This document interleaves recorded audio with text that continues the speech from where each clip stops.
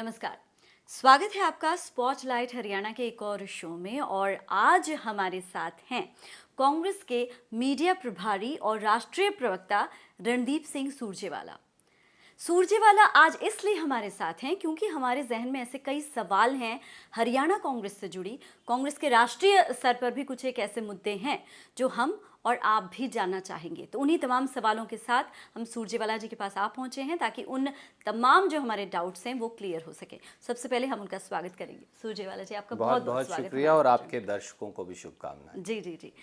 पहला सवाल हम इसी चीज़ से शुरू करते हैं कि हरियाणा की राजनीति से कहीं ना, क्योंकि नेचुरली आप नेशनल लेवल पर अब बहुत ज़्यादा बिजी हो गए, तो हरियाणा की जो स्टेट पॉलिटिक्स जो है उससे आप कहीं ना कहीं दूर होते जा रहे हैं, ऐसा लग रहा है, हमें लग रहा है। ऐसा क्या वाकई ऐसा है?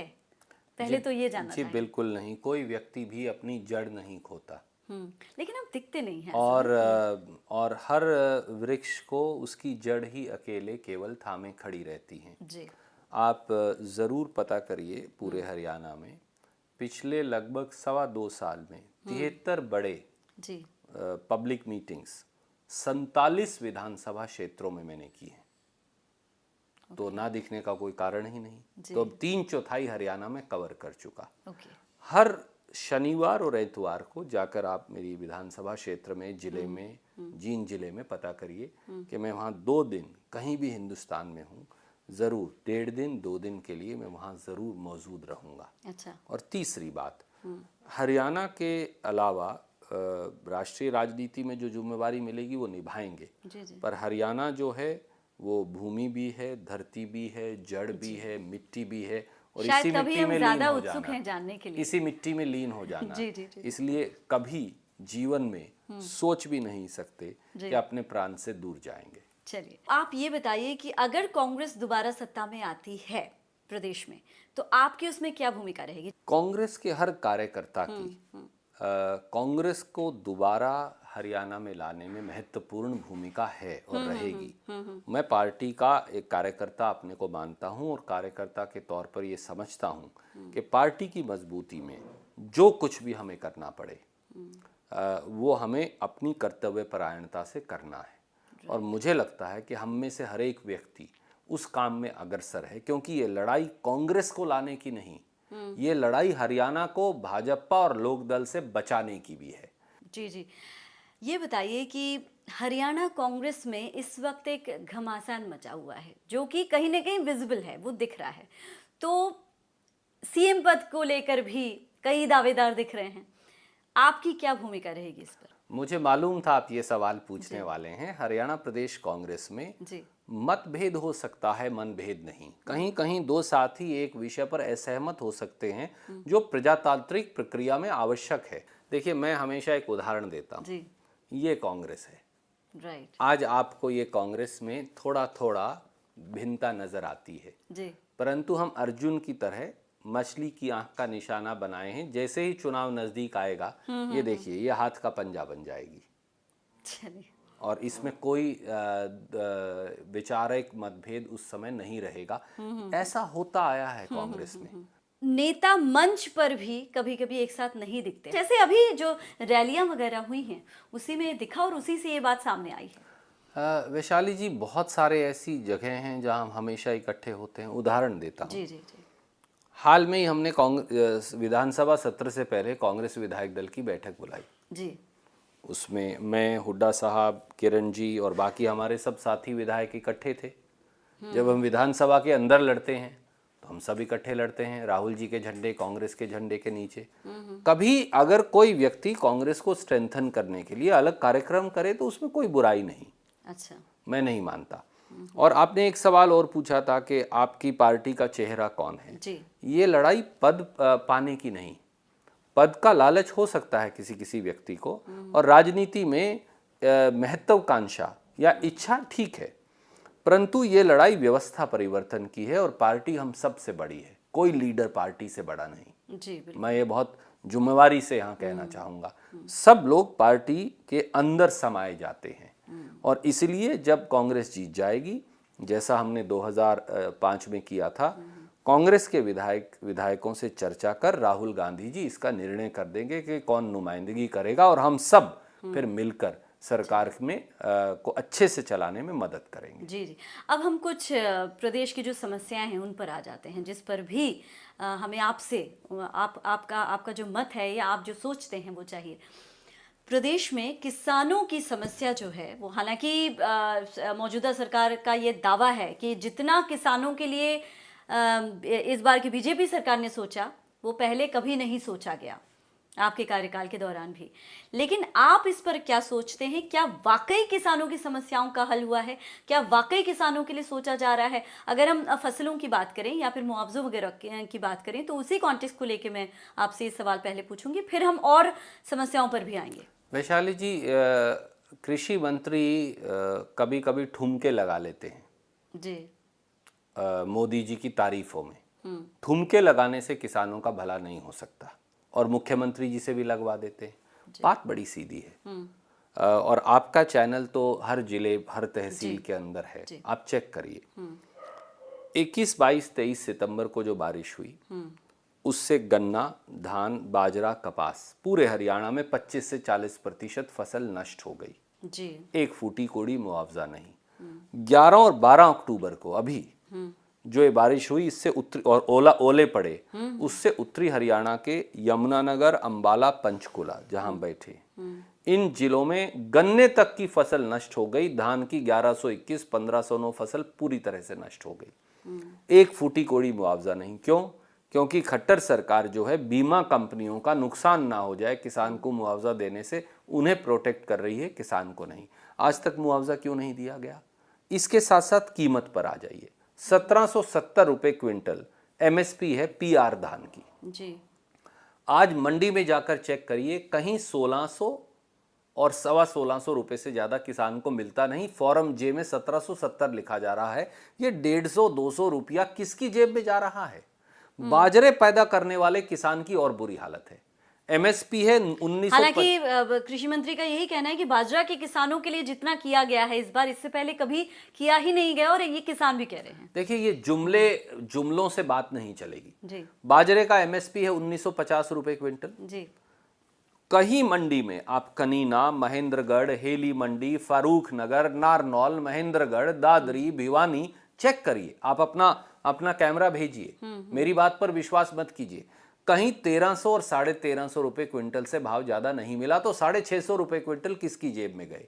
कारण बड़ा स्पष्ट है। खट्टर साहब ने 5 शर्तें लगाई। पहला, आप ई पोर्टल पे रजिस्टर करवाओ। ओके। वहां इंटरनेट चलता ही नहीं। 5-5 दिन किसान लाइन में खड़ा है। किसान को कैसे पता ई पोर्टल में कैसे रजिस्ट्रेशन होगी? खेवट और खतौनी का ई रिकॉर्ड होना चाहिए। तो कहीं अगर मेरी खेवट खतौनी सही नहीं है तो उससे खरीद नहीं होगी न्यूनतम समर्थन मूल्य पर। क्यों?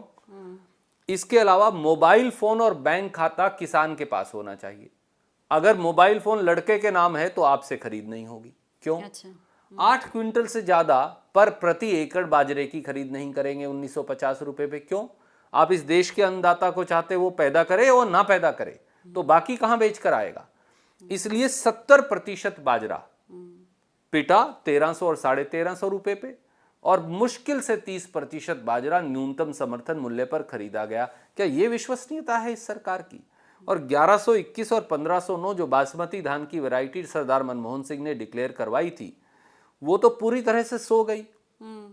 कपास जो लगभग अब की बार उम्मीद थी कि 50 मन यानी 20 क्विंटल होगी, बेमौसमी बारिश की वजह से वो 8 क्विंटल पर आ गई। और आज भी जल भराव है दादरी में, भिवानी में, बाडड़ा में, झज्जर में, रोहतक में, जींद के बड़े हिस्सों में। क्यों? मुआवजे का ऐलान तो किया गया है। नहीं किया गया। एक फुटी कोड़ी मुआवजा 50,000 रुपये गन्ना किसान को मिलना चाहिए प्रति एकड़, 30,000 रुपये कपास और धान के किसान को मिलना चाहिए, पर एक फुटी कोड़ी का मुआवजा ना आज तक अनाउंस हुआ ना मिला। कब मिलेगा? जी। तो आपका कहने का मतलब ये है कि किसानों की समस्याएं तो दूर, और उनकी जो अभी हालिया जो स्थिति है उसके ऊपर भी सरकार ध्यान नहीं दे रही है। जी बिल्कुल नहीं। और आप देखिए, ऊपर से किसान दोहरी मार सह रहा है। जब हमने सरकार छोड़ी तो डीजल था 54 रुपया लीटर जी, मई 2014 में। आज डीजल कितना है? 74 रुपया लीटर क्रॉस कर गया। जी। तो किसान कहाँ से प्रति लीटर 18 साढ़े 18 रुपए का डिफरेंस देगा जी। इसके साथ साथ खाद में तो आग लगी है कीमतों में। खाद में डीएपी खाद की कीमत आज 1450 रुपए है, 350 रुपए 52 महीने में बढ़ा दी। क्या करे किसान, कहाँ जाए? पोटाश जो था वो 400 साढ़े 400 रुपए से आज 900 रुपए पे पहुंच गया। 505 रुपए का इजाफा पोटाश के एक 50 किले के खाद के कट्टे में हुआ। और यूरिया में तो मोदी जी ने और कमाल किया, और खट्टर साहब ने 50 किलो का कट्टा 45 किलो का कर दिया और कीमतें नहीं घटाई, तो 5 किलो हमारी खाद भी चोरी कर ली। तो किसान करे तो क्या करे? बाजार में जाए तो कीमत नहीं, गांधी जयंती पर उसे लाठियों से पीटेंगे आप दिल्ली में जी। मंदसौर में और रायसेन में उसको AK-47 से गोली से मौत की घाट उतार दिया जाएगा मध्य प्रदेश में। शाहबाद में अगर आलू की कीमत मांगेंगे तो सड़क पर जीटी रोड पर डालकर उसको पीटा जाएगा। यमुनानगर में किसान के 22 ट्रैक्टरों को पकड़कर इंपाउंड कर दिया जाएगा। सुरजेवाला, एक छोटा सा ब्रेक के लिए रोक रहे हैं क्योंकि ब्रेक के बाद ऐसी कई बातें हैं सरकार से जुड़ी या फिर आपकी पार्टी की खुद से जुड़ी, उन पर हम बात करेंगे। एक छोटे से ब्रेक के लिए रुक रहे हैं, आप कहीं मत जाइए क्योंकि अभी और भी बहुत सारे अहम सवाल हैं जो हमें उनसे पूछने हैं। बने रहिए हमारे साथ।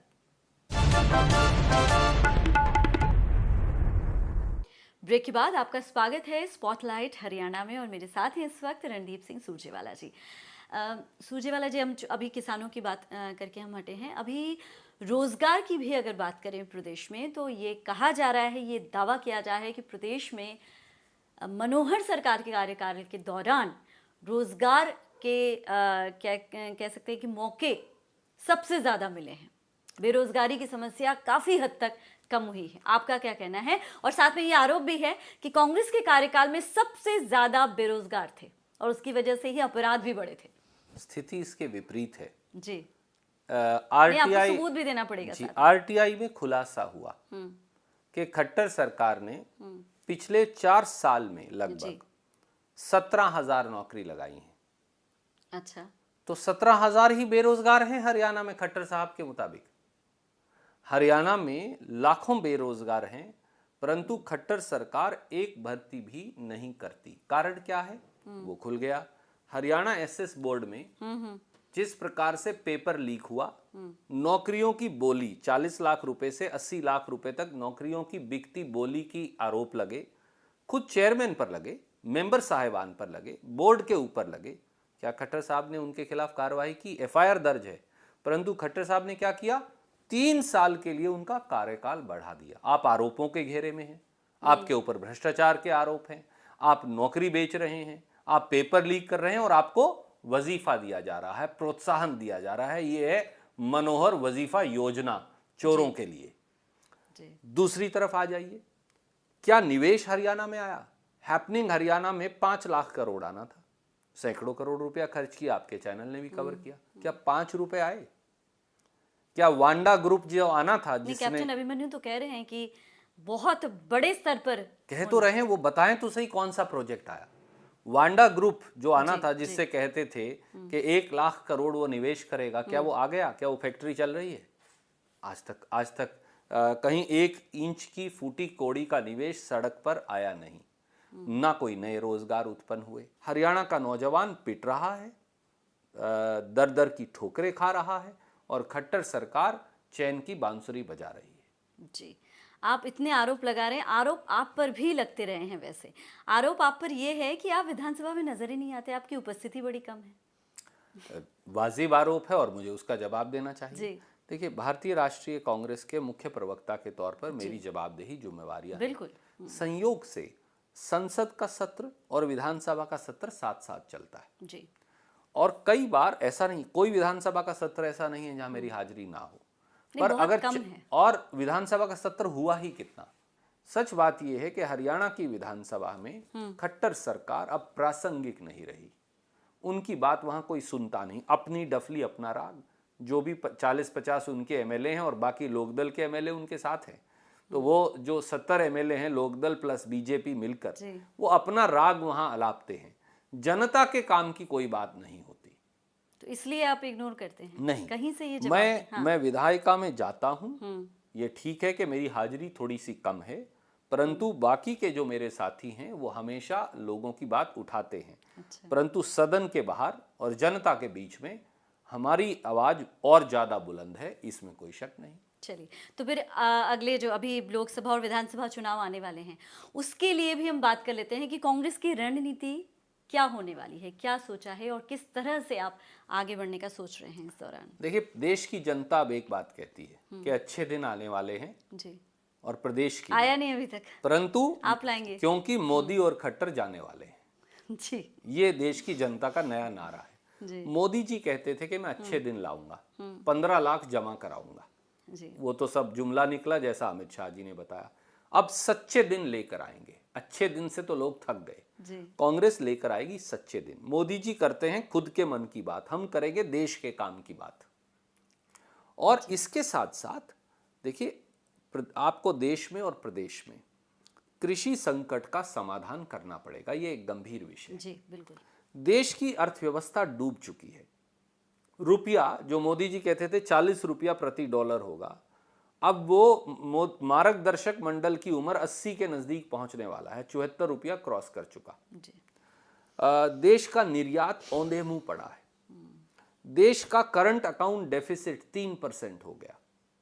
नोटबंदी ने देश की अर्थव्यवस्था को 3 लाख करोड़ का नुकसान किया। जी जीएसटी ने छोटे छोटे दुकानदार, आम व्यापारी का धंधा लूट लिया। जी देश में अगर आज आप पब्लिक निवेश देखें, निजी निवेश जो होता है वो मापदंड है सबसे बड़ा, तो वो अब सबसे कम पायदान पर है। 20 साल में लोगों की सेविंग्स सबसे कम स्तर पर आज हैं, और जीवीए, ग्रॉस वैल्यू एडिशन जो होता है, जो मापदंड है अर्थव्यवस्था में निवेश का, वो 28% पर गिर गया, 32% से कांग्रेस के समय में। कौन सा मापदंड है जिस पर अर्थव्यवस्था चल रही है? हमारे बॉर्डर्स को देख लीजिए, पाकिस्तान का बॉर्डर हो, चीन का बॉर्डर हो, चीन ने डोकलाम पर कब्जा कर लिया, मोदी जी चुप बैठे। चीन ने अब सिलीगुड़ी कॉरिडोर तक, जिससे हमारे 7 नॉर्थ ईस्ट के स्टेट्स जुड़ते हैं, वहां तक सड़क बना ली अपनी फौज को ले जाने के लिए, मोदी जी चुप बैठे। पाकिस्तान से आने वाला उग्रवाद आए दिन बढ़ा। पठानकोट में एयरबेस पे हमला होता है, मोदी जी आईएसआई को बुलाकर लाते हैं जो उग्रवाद फैलाती है जांच के लिए। उरी में हमला हुआ। हर रोज जम्मू कश्मीर में हमारे सैनिकों पर हमला होता है। वहां से आने वाले हमले 3000 से ज्यादा बॉर्डर सीज फायर वायलेशन हुई। ना 56 इंच का सीना मिलता, ना लाल आंख। तो इसलिए देश ना सीमा पर सुरक्षित है और ना अर्थव्यवस्था सुरक्षित है, दोनों औंधे मुंह पड़ी हैं। जी, इतनी सारी कमियां आप गिना रहे हैं, इतने सारे घोटालों घपलों की बात कर रहे हैं। अगर घपले और घोटालों की बात करें तो कांग्रेस के कार्यकाल में भी कई सारे बड़े घपले और घोटाले सामने आए हैं, उनकी जवाबदेही कौन है, किसके पास है? देखिए, अब 2 बातें सामने आ गई। 2G में, ये मैं नहीं कह रहा, मोदी जी ने की सरकार ने मुकदमा चलाया और अदालत ने ये कहा कि 2G घोटाला था ही नहीं। अब कोल ब्लॉक्स पर आ जाइए। कोई भी कोल ब्लॉक जो अलॉट हुआ था, वाजपेयी जी के समय की जो नीति थी, वो सारे कोल ब्लॉक सुप्रीम कोर्ट ने कैंसिल कर दिए। तो उन कोल ब्लॉक्स की मालिक तो भारत सरकार है। उल्टा अब जब कोल ब्लॉक्स की ऑक्शन हुई तो मोदी सरकार उन कोल ब्लॉक्स को ऑक्शन में नहीं बेच पाई। इसलिए अब नया नोट मोदी जी ने मूव किया है कि अब ऑक्शन नहीं, पुराना अलॉटमेंट के सिस्टम पे अलॉट की जाए। अब करें अलॉट तो हम पूछेंगे उनसे। जी, चलिए, अब हम इस पर बात करेंगे कि हरियाणा मतलब विधानसभा चुनावों की तरफ ही आ जाते हैं, जो कि बिल्कुल सिर पर हैं। एक तरफ आपके सामने भाजपा है तो दूसरी तरफ इनेलो है। आप किसे मजबूत कंपटीटर जिसे बोल सकते हैं उसे देख रहे हैं? कौन सी पार्टी को आप देख रहे हैं? ये दोनों पार्टी अलग अलग तरफ नहीं। अच्छा, इनेलो भाजपा की बी टीम है। जिस प्रकार से विधानसभा के, ये बहुत बड़ी बात आप कह रहे हैं। हाँ, जिस प्रकार, मैं बहुत जिम्मेवारी से कह रहा हूं, जी जी, लोकदल और भाजपा एक षड्यंत्र के तहत पर्दे के पीछे इकट्ठे हैं। पर्दे के बाहर ये अलग अलग लड़ेंगे वोट का विभाजन पैदा करने के लिए, एक दूसरे की मदद करने के लिए उम्मीदवार खड़े करेंगे। और जैसा पहले भी भाजपा और लोकदल इकट्ठे रहे, ये बाद में फिर इकट्ठे हो जाएंगे। पर जनता है, ये सब जानती है, सब घोटालेबाजों को पहचानती है, वो चलने वाली नहीं। जैसे 2005 में कांग्रेस को 67 सीट दी थी, इस बार उस आंकड़े को कांग्रेस जनता के आशीर्वाद से पार कर जाएगी।